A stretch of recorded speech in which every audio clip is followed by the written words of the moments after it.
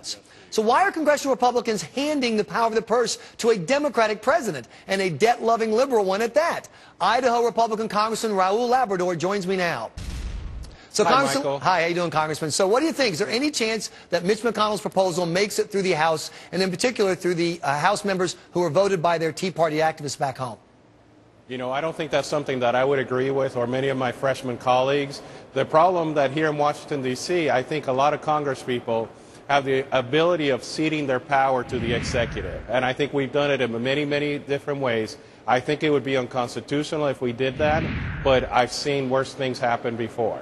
Yeah, you know, one thing that people are arguing is this isn't about ceding responsibility, it's about ceding blame. Let's make the president name some cuts. As you know, the president, his budget was not taken seriously. He has not proposed any specific cuts. Aren't Republicans going to get left holding the bag if you don't come up with some approach like McConnell's? And I think what we need to do, and we've talked about the cut, cap, and balance. We have a plan that we said we need real cuts for the 2012 budget. We need to cap spending for future years, and we need to have a balanced budget amendment. We have a plan, and I think we need to see that plan come to the House floor so we can pass it and give it to the Senate, and then the Senate can decide what they're going to do. But you know, Congressman Labrador, there's simply not time for the cut, cap plan to get through before the August 2nd deadline. Not going to happen. Would you be willing to support a short-term lifting of the debt ceiling so that that plan could come to the floor and get debated? If that's what it takes, could you vote for a short-term lift? I don't know that I would vote for a short-term debt ceiling, but I think that may be what happens because we're so close to the deadline.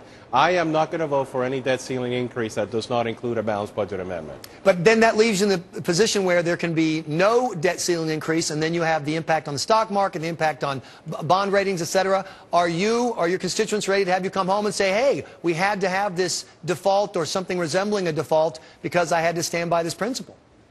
Well, we have to be serious about what we're doing. I mean, if they come to me and they say that we are going to have some serious discussions about balancing the budget, about having a balanced budget amendment, then I can reconsider.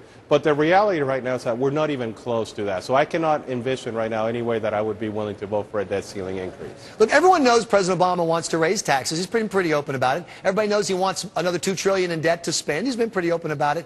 Do the voters that you're talking to from home, do they get the big picture, or are they going to respond to the immediate Social Security is in danger rhetoric that's coming from the White House? Well, we know that the Social Security scare is a lie. We know that when he's told the American people that... Well, no, I know you know it, Congressman. Do your constituents at home know it? They're the ones who get to vote on Election Day. You know, I'm pretty lucky that my constituents are pretty savvy and they understand what the president is doing, and they don't agree with anything that the president is doing. So I think in my district, I think they would understand that. I think in other districts, we need to do a better job of getting that message out to the American people. So what is the approach in the short term then for the debt ceiling? You can't support raising it without a bigger package. If it comes down to a crisis, are your fellow members of the Republican House prepared to say, that's it, we're not going to raise it, we'll take the consequences? I don't think that that's going to happen. I think if it comes down to a crisis, I think we're going to have something done by August 2nd. I think there will be probably, like you said, a short-term debt ceiling increase.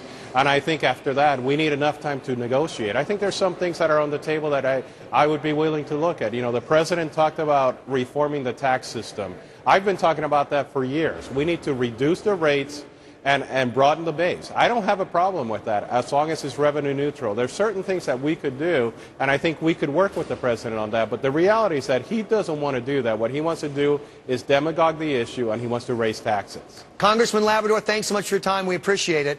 While